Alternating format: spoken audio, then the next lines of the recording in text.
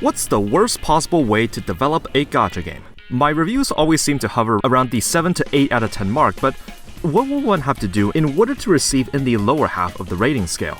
And today I'm going to show you exactly that, what the lowest of the low looks like. Here is a gacha game that does almost everything I expect poorly, has no chemistry between the characters, with poorly maintained update schedules, and also extremely predatory in its monetization. In other words, I will show you what I believe how you should not make a gacha game. My name is Psyche, and let's see what a truly atrocious gacha looks like. For starters, I generally don't review gacha games based on existing IPs.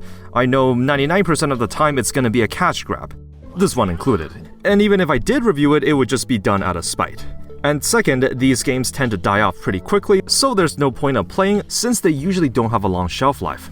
Here is One Punch Man World. I almost feel bad picking on this low-hanging fruit, since this is just the first of many that try to capitalize on the original work's popularity. When I explain the game systems, you'll soon understand why I picked this game in particular. Just to clarify, I have watched the first season of the anime and thought it was pretty good. I have nothing against the works of the manga or the anime. I am talking about this game specifically. Please don't confuse this game with One Punch Man the Strongest or One Punch Man Road to Hero, both of which are also gacha games. This game is created by T3 Studio with Perfect World as its parent company, published by Crunchyroll Games, which I probably don't need to tell you about their shady dealings. You can make a video about their history of gacha games by itself.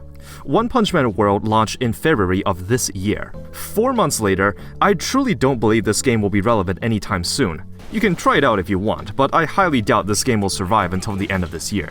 At this point, there's more low-effort One Punch Man games than there are seasons for the anime. The game loosely follows the story of the first season, where you play as Saitama in the intro as he battles a group of aliens. Admittedly, this opening sequence was pretty good. There's flashing lights, the battlefield changes, and the combat feels and controls well enough. Did it blow me away? Well, no, absolutely not, but I overall didn't have a problem with it. When the campaign did go to the main story beats, you basically see Saitama and Genos encounter each other, and the fights are new, and the parts where you play as Saitama are pretty funny too. The rest of the story follows a group of characters within the Hero Association. They really don't appear in the original works, so you're likely not going to have any connections to them. You play as Lightning Max, who I believe has had some minor appearances, but overall is just a throwaway side character in the series. Teaming up with Smile Man, who I have no idea who he was in the One Punch Man universe, and then you meet Lily, whom of which they just go up and asks if she wants to be in the team. No unique backstory or anything, she just joins right then and there. There's no chemistry between the characters, no voice acting except for the key story moments. You're sent on busy work quests for things that you don't really care about. The issue with focusing on a variety of heroes in the organization is that you're jumping from person to person, where I think a storyline, especially from the beginning, should be focused on building a likable main cast, focus on their backstories, focus on their relationships with the rest of the cast. In other words, make the player care about them. The thing about these IP-based gacha games is that a lot of the heavy lifting is already done for the developers. No need to design new characters from scratch, no need to do any character backgrounds or put effort into the story. They know that players will already be emotionally invested into the characters since they have already seen the manga or the anime. This means they also can't do any ambitious things, since you can't risk messing up the canon lore. The main story for this game obviously doesn't follow Saitama or Genos, and Max is really just a minor side character that doesn't really give you too much insight to the overall One Punch Man universe. Even for such throwaway side characters, you can't really do anything since you never know if the manga artist canonically will make them a certain way. Sometimes these types of games are allowed to create spin-offs for new stuff, but in this case obviously, they didn't. So in one portion of the story, you suddenly switched your playable character to King. Except I didn't know who he was since I never watched season 2 of the anime. I thought he was just some random dude with a scar. The game just expects you to know who he is and thinks that it's a cool cameo or something. You don't get a free copy of King, by the way, so don't think you're that lucky. Oh, and also he's kind of not even playable. In my reviews, I don't judge the story, but I do judge how much effort was put into the presentation. Are the animations jagged and rough? How well does the story flow? Are there any good sound or music designs? And so on. The gameplay plays like a typical 3D hack-and-slash action game. There are some quirks like charging up a shot at the right time, dodging at the right moment, then attacking to gain a boost, and so on. There's an enemy posture mechanic and an ultimate skill to charge up. It's nothing too complex, and the animations and the quality of the textures are pretty on par for a mobile game. It doesn't look good enough as something like Genshin or Withering Waves, but I guess it's serviceable. You pick from a team up to 4 members, but you only control one of them in combat. The dodge mechanic does give iframes, which does lead to some skill-based moments. I think the basic framework is there, they just have to build upon it. Auto mode exists where the game just plays the game automatically for you as you clear commissions for resources. It's a shame that there's no sweep function, or waste spent stamina in bulk. You can't even fast forward it or skip the intro and outro cutscenes. The game just completely takes over for you. They're going for a Yakuza-style open-world design, which is like a small map, usually around 1 to 2 blocks, with activities that you can do, side quests, and collectibles sprinkled throughout. If you recognize this section where you play it as King, yes, this minigame is directly lifted from Yakuza Like a Dragon. I thought that if there was an open world to explore, then I probably would be expected to find some cool stuff, except the restaurants and the shops just sell you basic items, and even the layout for the convenience store in 2 different areas copy the exact same. I saw that there was an arcade, and I naturally thought, okay, so this is going to be like the Yakuza series where you can play a variety of arcade games, or play darts, or the claw machine, and so on. You might imagine my disappointment when I realized that there's literally only one minigame you can play, and everything else in the arcade is just there for show. I don't like to think that I'm a master of game design, but this overall impression of the game's presentation just screamed low effort cash grab to me. When you compare this to true players in the industry, why bother putting money into this when you can get the same gameplay elsewhere with more production value? In terms of monetization, there are so many layers of it. I'm generally okay with a couple of these tactics in games since I know most gachas will have them, but there is a soft line I draw before I really have to call out what it is. Well, I think I should state what I believe to be acceptable ways to monetize first.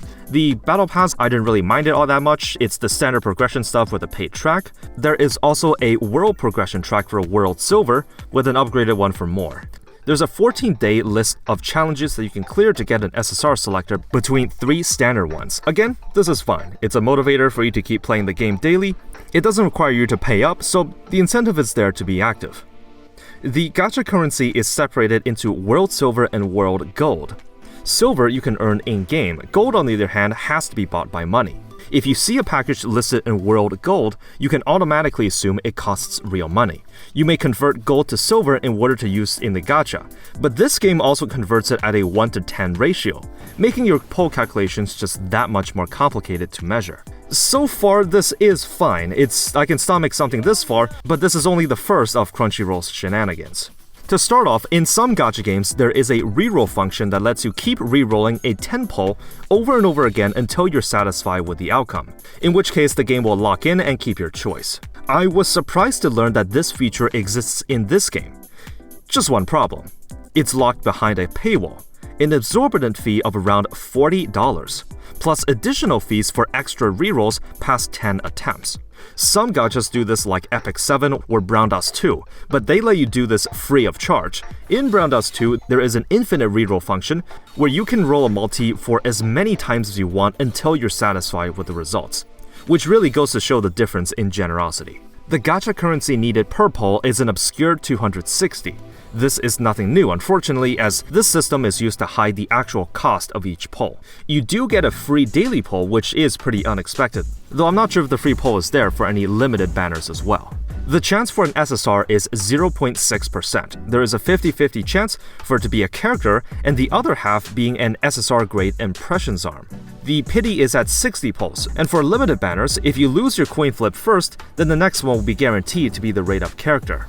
The pity mileage does carry over to the next banner of the same type, but the second rate-up guarantee does not. If you lost your coin flip to a standard banner when you meant to get Tatsumaki, for example, then if you stop pulling, and when the next limited banner hits, you could lose the coin flip again. I should also mention that characters can be limit broken up to 6 times. Same goes for impression arms.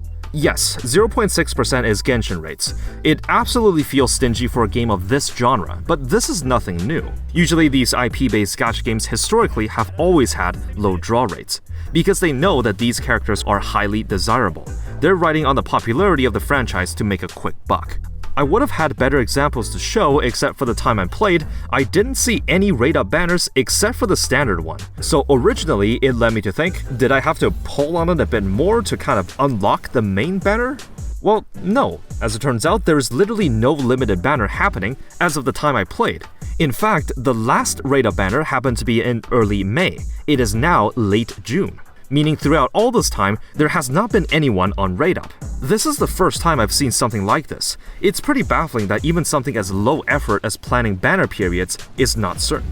Among the shop packages, there is one you can buy a bundle of tickets for the limited rate-up banner. This package is still available to buy as this video is getting edited. So if you happen to buy this, then you just bought a bricked product until the devs put out another banner. One other thing is that part of the progression is actually tied to the gacha. Looking back at what impression arms are, they're essentially a separate piece of gear or artifact that only specific heroes can equip.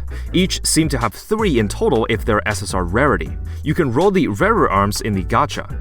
There is literally no other way to upgrade it unless you pull for more copies, so a portion of your kit is also locked behind the gacha. You can argue that this is akin to a weapon system, except each character can only equip their own impression arms, so you can't just use whatever. It's a much more rigid system versus your typical weapon gacha. And the cash shop is where a lot of the floodgates open. This game also does the usual suspects of marking everything on discount to give you an impression that you're getting a good deal. Among the list, there is a package for a standard SSR selector for $90, and it's actually 90% off, with the original price for almost $1,000. Whoa, 90% off for a guaranteed 5-star? I feel you'd be pretty stupid if you didn't buy this. Now, in all honesty, a $90 price tag for any SSR in a gacha game of your choice actually doesn't sound that bad. I know the selector only includes the standard ones, but imagine if MiHoYo sold this in Genshin, where you can pick from any 5-star in the game. This would actually get quite a lot of people to pay up, considering that the most expensive top-up pack, even with the first purchase bonus, is not enough to guarantee a limited character from scratch. It's wild to think this, but I guess gacha games have just eroded its players' sense of money to believe this deal is actually worth considering. And oh boy, here is the initial entry ticket pack. For a measly $1, look at all this value that you're getting. Forget the $90, you'd be real stupid if you didn't get this. Over 2,000%? Now that's a steal. In addition, if you spend any number of world gold, you get a free copy of Moomin Rider. And all this good stuff. The money spent can be as little as $1. Anyways, if you saw my last video, you probably can get a good feel of what this system is trying to do, getting you to make a small purchase in order to justify further spendings. I don't have a problem if some of these measures are in place, but they just shouldn't be abusively done. The systems in this game absolutely crosses the line of what I consider to be acceptable. Taking a look outside the game itself, I also want to talk about the lack of communication between the developers and the players. Communication for players is always a good thing to see. If you don't do anything in terms of events or activities for a long time, people will start to speculate, and it doesn't look good for the prospects of the game. If you saw that the monthly revenue for a game is dipping below of what you think should sustain itself, and there has been a lack of new content dropping, what would your logical conclusion be? When the game launched, there was a general lack of responsiveness from the development team. In fact, throughout the last 4 months of the game's runtime, there have only been 2 events that took place. In an attempt to address this by doing some damage control, they announced on Discord that all players will be receiving a generous dose of World Silver, so long as you were a Crunchyroll Premium member. I have never seen someone dig their own grave like this. If you're considering spending money on these games as a service, live service games, especially if you're unfamiliar with the game itself, please at least do a bit of research into the current financial status and popularity of it. You have to make sure that your money will not be wasted. If you believe that the game will be terminated soon, then don't spend money on it, because that money is very likely going to disappear into the void. You want the game to have a good future. You want to ensure that the money you're putting in will last you a while. Now, nobody expects a live service game to last forever, but if you have suspicion that the game will be shutting down soon, then please do not spend money on it. If the devs have any integrity, they will announce the end of the game, then disable all in-app purchases just so you can't make any mistakes. This is also the reason I tend to take a look at the frequency of events and new content in my reviews, because that does tell me about the overall health of the game. And how the development team does content updates and responding to player feedback will also tell you about how the company runs things. So to bring it home, this is an example of a gacha game that I would definitely not recommend nor play, to be honest. From my perspective, there's no solo creativity in this game, while it's infested with monetization that goes across where I draw the line for these types of games. Not to mention the abysmal scheduling and the updates for the dev team. Hopefully this gave everyone a little insight of how wide the gap is compared to the past games I reviewed on this channel. I don't believe this game will survive past this year. There has been a sharp decline in revenue and a general lack of in-game events as well as communication. In other words, this is exactly what you shouldn't do. At this point, you might also be wondering, since this is kind of a one-off thing, are there actually going to be any games reviewed on the official Atrocious Gacha review series that gets below a 7 out of 10? Oh yes, and you're about to see one very soon.